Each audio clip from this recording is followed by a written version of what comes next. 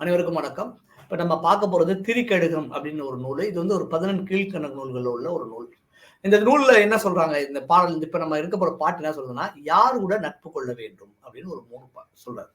இது முன்னாடி சொன்னா திரிகடுகம் என்பது சுக்கு மிளகு திப்பிலி மாதிரி 3 பாயிண்ட் உள்ள ஒரு விஷயம். இப்ப யார் கூட நட்பு கொள்ளணும் அப்படின்னா, அவர் சொல்றாரு 3 பேத்து கூட மட்டும் ஃப்ரெண்ட்ஷிப் வச்சுக்க அப்படின்னு. யார் யாரு? தாளாளன், வேளாளன், கோளாளன் இவங்க கூட மட்டும் நட்பு வச்சுக்கின்றார். இப்ப தாளாளன் என்பவன் யார் அப்படின்னு உங்களுக்கு டவுட் வரும். தாளாளன்னா ஏதோ ஒரு கரஸ்பாண்ட் போக்கு அப்படின்னு நம்ம நினைக்கிறோம்னா அது கிடையாது. தாளாளன் என்பவன் யாருன்னா, தன்னுடைய உழைப்பால் கடன்படாமல் வாழ்றான் பார்த்தீங்களா, அவன் தான் தாளாளன்றான். எப்பயுமே இடைவிடாது உழைச்சி யார்ட்டையும் எனக்கு 10 ரூபா கொடு 5 ரூபா கொடு அப்படின்னு கேட்காம இருக்கான்ல, அவன் கூட ஃப்ரெண்ட்ஷிப் வச்சேன்னா அவன் கூட உனக்கு வந்துடும் அப்படின்றாரு.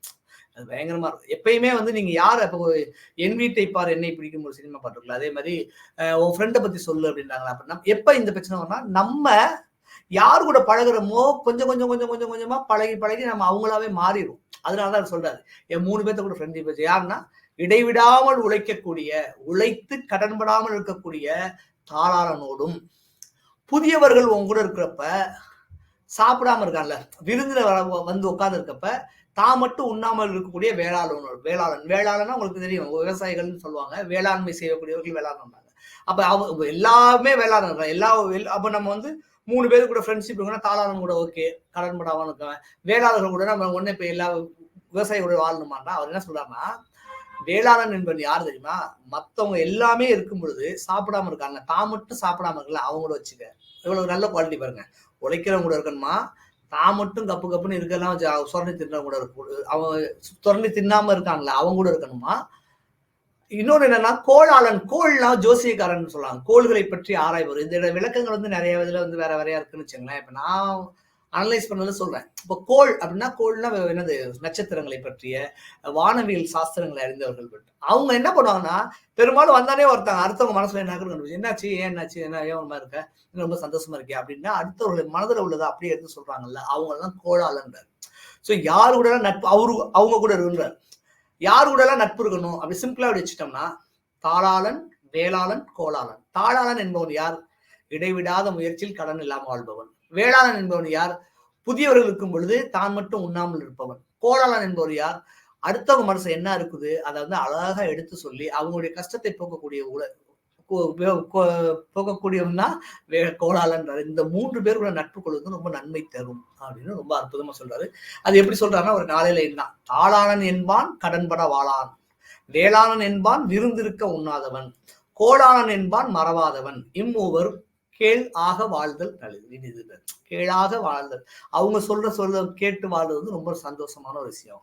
சோ நீங்க என்ன பண்ணுங்கன்னா, இந்த 3 பேர்த்த ஒருத்தன் ரொம்ப ஹார்ட் ஒர்க் பண்றான். மேக்சிமம் நீங்க பாத்தீங்கன்னா இப்ப இருக்கக்கூடிய மாணவர்கள் மற்றவங்களுக்கு என்னன்னா, யாராவது பசங்க இருக்காங்கன்னா அவன் வந்து இந்த போன் வந்ததுக்கு அப்புறம் பெரும்பாலும் என்ன பண்ணாங்க, ரொம்ப சோம்பேறியா தான் இருக்காங்க, கீழே கொஞ்சம் வாழ்றாங்க, உழைப்பை பத்தி எந்த சிந்தனையுமே இல்லாம இருக்காங்க. அவங்க வந்து மேலவே போக முடியாதுதான் இருக்கு.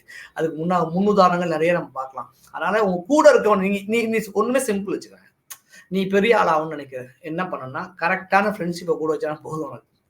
அதை விட்டுவிட்டு இந்த இப்ப பாரு சோம்பேறித்தனமா இருக்கவன், அடுத்தவனுக்கு கொடுக்காம தின்றவன், அடுத்தவனுக்கு என்ன நினைக்கிறானே தெரியாம பேசுறவன், இவங்க கூட இருந்தாலும் அவனுக்கு தரித்திரியா தான் பிடிக்கும் என்று ரொம்ப அற்புதமா நல்லாத நான் சொல்லியிருக்காரு. தாளாளன் என்பவன் கடன்படா வாழ்பவன், வேளாளன் என்பான் விருந்திருக்க உண்ணாதவன், கோளாளன் என்பான் மறவாதவன், எம்மூவர் கீழாக வாழ்தல் இனிது அப்படின்னு சொல்றாரு.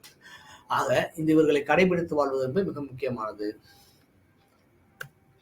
அடுத்த பாடல் இப்ப நம்ம பார்த்துட்டு இருக்க வந்து திரிகடுகம் அப்படின்ற ஒரு பாடல். 2 பாட்டை பார்த்திருக்கோம். அடுத்த பாடல் பெறுவதற்கு அரியவர் யார்? அரியர் அப்படின்னா யாருங்க? அரியரை நம்ம ஏதோ எக்ஸாம் அரியர் நினைச்சுக்காதீங்க. அரியர் அப்படின்னா அரிது அரிது, மானிடராய் பிறத்தல் அரிதுன்னு என்ன சொல்றாங்க, அழகா வந்து அப்படியே சொல்லுவாங்க. அதுலயும் கூன் குருடு இல்லாமல் பிறக்க ரொம்ப ரேர்ன்றாங்க. ரேர் அப்படின்னு சொல்லலாம். அரியர்னா ரேர் அப்படின்றது இங்கிலீஷ்ல வந்து வேற பொருள் இருக்கு, உங்களுக்கு நெழுவைன்னு போறோம். இப்ப இங்க பார்க்க போகும் பொழுது பெறுவதற்கு அரியவர் யார்? யாரெல்லாம் ரொம்ப நமக்கு ரேரான பீப்புள்ஸ், இவங்க எல்லாம் வந்து நம்ம பார்க்கறதே பெரிய விஷயம் அப்படின்ற மாதிரியான ஆட்கள் யார் யாரு அப்படின்றப்ப, இந்த உறவினர்கள் ஃபர்ஸ்ட் வந்து பாயிண்ட், உறவினர், அரசன், துறவி, இந்த 3 பேரையும் பெறுவதற்கு அரியன்றார். என்ன சொல்றாரு? ஃபர்ஸ்ட் உறவினர், அரசன், துறவி. இப்ப உங்களுக்கு டவுட் வரும், சொந்தக்காரன் இல்லாம ஒருத்தர் எப்படி பிறந்து வர முடியும்? பைத்தியமே பேசுறியே. ராஜா இல்லாம ஒருத்தர் மனுஷன் எப்படி வாழ முடியும்? நமக்கு தெரியாம துறவியில இருக்காங்கல்ல, எல்லாமே நமக்கு தெரிஞ்ச துறவி ஃபாதர்ஸ் இருக்காங்க, இந்துக்கள்ல துறவிகள் இருக்காங்க, இஸ்லாமியர்கள் துறவி இருக்காங்க, எல்லாமே இருக்காங்கல்ல. இப்ப 3 பேரும் இல்லாம எப்படி நம்ம வாழ முடியும்? நீ என்ன அவன் தான் சொல்றான்னு சொல்லிட்டு இருக்கான்னு நீங்க யோசிக்கலாம். அது கிடையாது. இப்ப எல்லாமே உறவினரா, எல்லாமே அரசரா, எல்லாமே துறவியான ஒரு டவுட்டுக்கு ஒரு கேள்வி பக்கத்துல உறவினர் அரசன் துறவின்னு சொல்லிட்டு நீங்க பக்கத்துல கேள்வி கேட்டு எல்லாமே உறவினரா, எல்லாமே அரசனா, எல்லாமே துறவியான்னு போட்டீங்கன்னா தான் அங்க வந்து சிக்கலே உருவாகும். அப்ப எந்த மாதிரி உறவினர்கள் நமக்கு அமைய வேண்டும்? ரேரு. எல்லாமே உறவினர் தான். ஆனா எந்த மாதிரி உறவினர் அமைவது ரேர் அப்படின்றது. அப்ப எந்த மாதிரி அரசன் அமைவது ரேர், எந்த மாதிரி துறவி வந்து அமைவது ரேர் அப்படின்ற விஷயத்தான் இங்க சொல்றாரு. அதான் 3 பாயிண்ட் நான் சொன்னா, பிறர் குணம் அறிந்து நடக்கும் உறவினர். ரொம்ப முக்கியமான பாயிண்ட். இப்ப நீங்க எங்க வயதுல நாங்க நிறைய உறவினர்கள் பார்க்கறதா தெரியுது. உறவினர்கள் வந்து பெரும்பாலும் அடுத்தவங்க மனசுல என்ன இருக்குன்னு நினைக்காம இப்ப ஃபார் எக்ஸாம்பிள் வந்து இப்ப நம்ம ஒரு வேலையில இருக்கோம்னு வச்சுக்கோங்க. உடனே அவங்க வந்து ஏதாவது ஒரு கடன் கேட்கறாங்க. நம்ம போய் ஒரு கடன் கேட்கறோன்றப்ப ஒருத்தர் போய் நம்ம போய் கடன் கேட்கிறோம். நம்ம சொந்தக்காரன்காக ஒரு உரிமையில போய் கடன் கேட்கறோம்னா முதல்ல அவங்க என்ன மாதிரியான சூழல்ல இருக்காங்கன்னு நம்ம தெரிஞ்சுக்கணும். சும்மா போயிட்டு அவர் நல்ல கவர்மெண்ட்ல வேலை செய்யறாரு, அவர் வந்து நிறைய பிசினஸ் பண்றாரு, அவர் மிகப்பெரிய ஒரு திரைத்துறை இருக்காரு அப்படின்னு அந்த ஒண்ணு தெரிஞ்சுட்டு நம்ம உடனே போய் கடன் கேட்காம அவங்க என்ன மாதிரி ஸ்ட்ரகிள் இருக்காங்கன்றது அவர்கள் சார்ந்தவர்கள்ட்ட நம்ம கேட்டு பார்க்கணும். என்னடா என்ன எப்படி இருக்காங்க அவங்களால, என்ன கொஞ்சம் ஓகேவா அப்படின்னு கேட்டுட்டு தான் போய் கேட்கணும். அதை கேட்கும் பொழுது அவங்க அதான் சொல்றாரு, பிறர் குணம் அறிந்து நடக்கும் உறவினர். நம்ம போயிட்டு உடனே வந்து ஏன் உன்னால இது பண்ண முடியாதா, கொள்ள முடியாதா எப்பா எனக்கு ஏகப்பட்ட பஞ்சாயத்து என்ன சொல்றாரு அவர் சொல்லிடுவாரு. அப்ப பிறர் குணம் அறிந்து நடக்கும் உறவினரும் குடிகளை காக்கும் அரசனும். குடிகளை காக்கக்கூடிய தன்மையில இருக்கும். எல்லாமே ராஜாவாயிரலாம். ஒரு நம்ம ஒரு 1000 ரூபாய் போட்டு போட்டா எல்லாமே ராஜாவாயிரலாம்னு வச்சுக்கோங்க. ஆனா அவனுக்கு அந்த குவாலிட்டி இருக்கான்னு பார்க்கணும். ஒருத்தன் வந்து ஒரு உறவினர்களை வந்து ஒருத்தன் வந்து தன்னுடைய குடிமக்களை காக்கக்கூடிய எபிலிட்டி இருக்கா அப்படின்னு பார்க்கக்கூடிய ஒரு ராஜாவும், துறவிகள் துறவுனாவே எல்லாத்தையும் துறந்தவர்கள் அர்த்தம். ஆனா இங்க என்ன சிக்கல்லாம், துறக்க வந்து நமக்கு அது மேல ஆசை அதிகமாயிட்டு இருக்கும்ல. அப்போ ஒரு காலத்துல துறவிகள் என்ன பண்ணுவாங்கன்னா வேற பாதை மாறி போகிற மாதிரி ஆயிரும். அப்ப குற்றமற்ற துறவின்றார். யாரா சுக்கு மிளகு திப்பிலி மாதிரி பிறர் குணம் அறிந்து நடக்கும் உறவினரும் குடிகளை காக்கும் அரசனும் குற்றமற்ற துறவியும் பெறுவதற்கு ரொம்ப அரியவர்கள் ஆவர். அவ்வளவு அழகா சொல்றாங்கல்ல. இவங்க ஏதோ ஒரு இடத்துல ஒரு டக்குன்னு எழுதி வச்சுட்டு ஒரு 2000 3000 ஆண்டுகள் முன்னாடி எழுதி வச்சுட்டு போயிடுறாங்க. இப்ப நம்ம படிச்சுட்டு ஃபாலோ பண்ணோம்னா நம்ம லைஃப் வந்து ரொம்ப என்ன செய்யணும், ரொம்ப அழகான ஒரு எந்த வித பிரச்சனைகள் இல்லாம போகும். இப்ப நீங்க வந்து உறவினா நினைச்சுக்கலாம், நீங்க அரசனா நினைச்சுக்கலாம், நீங்க துறவியா இருக்கலாம். நம்ம உறவினா வந்து எப்படி போய் கடன் கேட்க போறோம்? அவங்க எந்த சூழல் இல்லாட்டி இப்படி வச்சுக்கலாம். ஒருத்தர் வந்து கடன் கேட்கறான்னு வச்சுங்களேன், அவன் வந்து என்ன மாதிரி சூழல் நம்மகிட்ட கேட்பான்னு நம்ம புரிஞ்சுக்கிட்டோம்னா அந்த உறவு நல்லா இருக்கும். இப்ப நீங்க ராஜாவாயிட்டீங்கன்னா ராஜாவுடைய வேலை என்ன? நீங்க சிலப்பதிகாரத்திலே கேட்கணும்னா 3 சொல்லும்ல, அது நம்ம வந்துச்சு 3 நன்மைகள் இருக்குல்ல. அரசியல் பிழைத்தோருக்கு அறம் தான் கூற்றுன்றார். அரசியல் தான் பிழைப்புன்னு ஆச்சுன்னு வச்சுங்களேன். அரசியல் தான் பிழைப்புன்னு ஆனதுக்கு பிறகு அறத்தை தான் அங்க ஃபாலோ பண்ணினா மட்டும் தான் நீங்க ஜெயிலுக்கு போக மாட்டீங்க, மற்ற பஞ்சாயத்துல மாட்ட மாட்டீங்க. இல்ல நான் ராஜாவாயிட்டேன், நான் வந்து உட்காந்துட்டேன், நான் ஊரே கொள்ளையடிச்சு வீட்டுல வச்சுக்கணும் அப்படின்னு நினைச்சோம்னா சிக்கலாயிருந்தத சொல்றாரு. குடிகளை காக்கும் அரசன் குற்றமற்ற திறவையும் பெறுவதற்கு அரியவர் என்று சொல்றாங்க. நீங்க சும்மா இருக்கும் பொழுது இப்ப நிறைய ஆப்லாம் வந்துச்சா, டவுன்லோட் பண்ணி போட்டுட்டு சும்மா காதுல பஸ்ல போறப்ப ஏதோ பாடல்கள் கேட்காம இந்த மாதிரியான விஷயங்கள்லாம் கேட்டு இல்லை யார் தெரிஞ்சவங்கள்ட்ட கேட்டீங்கன்னா கூட என்ன செய்யும், உங்க வாழ்க்கை வந்து மிக பிரகாசமா அமையும் என்பதை தெரிவித்துக் கொள்கிறேன். இப்ப அடுத்த பாடல் என்ன அப்படின்னு கேட்டீங்க. அந்த பாட்டு தான் இந்த பாட்டு இப்ப நம்ம பார்த்ததான். சீலம் அறிவான் இளங்கிளை. கிளைனா வந்து உறவினர்கள் அர்த்தம். ஒரு மரத்துக்கு கிளை இருக்குல்ல, அது மாதிரி கிளைனா உறவினர்கள். கிளையோர் அப்படி இளையோர் நம்மள இளையவர்கள், முதியோர்னு சொல்ற மாதிரி கிளையோர் அப்படின்னா என்னன்னு கேட்டீங்கன்னா உறவினர்கள் அர்த்தம். நம்மளுடைய கிளைகள் அவங்கலாம், அவங்களுடைய ரூட் மாதிரி இருக்கும். அப்ப சீலம் அறிவான் இளங்கிளை சால குடிபோம்ப வல்லான் அரசன் வடியின்றி மாண்ட குணத்தான் தவசி என இந்த 3 ஆண்டும் பெறுவதற்கு அரியவர். ஒரு நல்ல உறவினர், ஒரு நல்ல ராஜா, ஒரு நல்ல துறவி, இவங்க 3 பேரும் அமைவது மிக மிக அரிது என்று சொல்றார். ரொம்ப நன்றி. அடுத்த பாடல் பார்த்தோம்னா, நட்பு கொள்ள தகாதவர் யார் யார். ரொம்ப முக்கியமானது. யாருடன் நட்பு கொள்ள வேண்டும் சொல்லிட்டு முதல் 2 பாட்டு முன்னாடி சொல்லியிருப்பாரு. இதுல வந்து யாருக்கெல்லாம் ஃப்ரெண்ட்ஷிப் வச்சு கூடாது அப்படின்னு சொல்றாரு. சுக்கு மிளகு திப்பிலி மாதிரி 3 கருத்து. எவன் கூட எல்லாம் ஃப்ரெண்ட்ஷிப் வைக்க கூடாது அப்படின்றப்ப ஒரு செல்வந்தன், ஓகேவா, ஒரு பார்ஷியாலிட்டி பாக்குறவன் அடுத்த ஃப்ரெண்டை வந்து எப்படா மாட்டுவான்னு நினைக்கக்கூடிய இந்த 3 பேர்த்து கூட நட்பு வைக்க கூடாது. நல்லா பார்த்துங்க. ஒரு செல்வந்தன், ஒரு பார்ஷியாலிட்டி பாக்குறவன், ஃப்ரெண்டுடைய துன்பத்து டைம்ல வந்து தான் போட்டு பார்க்கணும்னு நினைக்கக்கூடிய இந்த 3 பேர்த்துக்குமே ஃப்ரெண்ட்ஷிப் வைக்காதுன்றது. என்னன்னா, பொய் பேசி வாழும் செல்வந்தன். அப்ப செல்வந்தன் நான் முன்னாடி சொன்ன மாதிரி செல்வந்தனா உடனே எல்லா பணக்காரங்களையும் பேசக்கூடாது, அதெல்லாம் கிடையாது. பணக்காரர்கள் எல்லாரும் கெட்டவர்கள் என்ற எண்ணமும் தப்பு. ஏழைகள் எல்லோரும் ரொம்ப உயர்ந்தவர்கள், ரொம்ப உயர்ந்தவர்கள் சொல்வதை விட ரொம்ப நாணயமானவர்கள் நினைக்கிறது ரொம்ப தப்பு. ஓகேவா? எல்லா ஏழைகள்லையும் நல்லவங்க இருப்பாங்க, கெட்டவங்க இருப்பாங்க. எல்லா செல்வந்தனையும் நல்லவங்க இருப்பாங்க, கெட்டவங்க இருப்பாங்க. ஆனா எந்த செல்வந்தனும் நம்மளுக்கு எந்த செல்வந்தன் கூட நம்ம வந்து ஃப்ரெண்ட்ஷிப் வச்சுக்க கூடாது அப்படின்னு ஒரு சொல்றாருன்னா நல்லாதுன்னா, பொய் பேசி வாழக்கூடிய செல்வந்தன்ட்ட வச்சுக்காத, ஃப்ரெண்ட்ஷிப் வச்சுக்காத, அவன் வேலைக்கு ஆக மாட்டான். ரெண்டாவது, தனக்கு மேலானவன் தாழ்ந்த போது போற்றாதவன். ஓகேவா? நம்ம வந்து ஒரு ஃப்ரெண்ட்ஷிப் வச்சிருக்கோம் ஒரு பெரிய பணக்காரன்ட்ட, ஒரு பெரிய ஒரு கல்வியாளர்கிட்ட, யார்ட்டையா அவர் வச்சிருக்கோன்னு வச்சுங்களேன். அவங்களுக்கு ஒரு பிரச்சனையில வந்து மாத்த அவன் வந்து அந்த இருந்து ரேஞ்சில் இறங்குறான்னு வச்சுங்களேன். அன்னைக்கு போய் அவங்களை போய் என்ன பண்ணக்கூடாது, நம்ம வந்து திட்டிக்கிட்டு இது பண்ணிட்டு கூட. தனக்கு மேலானவன் தாழ்ந்த போது போற்றாதவன். ரொம்ப டவுன்ல ஆனப்ப அதெல்லாம் ஒண்ணு இல்லடா, பிரச்சனை இல்லடா அப்படின்னு சொல்லக்கூடிய ஒரு நம்மளை போய் தேற்றக்கூடிய ஆட்களுக்கு கூட வச்சுக்க தப்பு அப்படின்றாரு. லாஸ்ட் வந்து விதியால் நண்பன் துன்பப்படும் போதுன்றார். எவ்வளவு ஒரு கியூட்டா சொல்றாரு பாருங்களா. இல்ல, விதியால ஏதோ ஒரு பிரச்சனையால, விதிதான் அவன் வந்து இவ்வளவு பெருசா ஆயிடுச்சுன்றாரு நண்பர்கள் இருக்கும்போது. இப்ப இதுல இன்னொரு விஷயம் சைக்காலஜியா பார்த்தா, நீ கூட இருக்கப்போ உன் ஃப்ரெண்டு ஏன் கஷ்டப்படுறான் அப்படின்றதே நம்ம யோசிக்க வேண்டியதா இருக்குல்ல.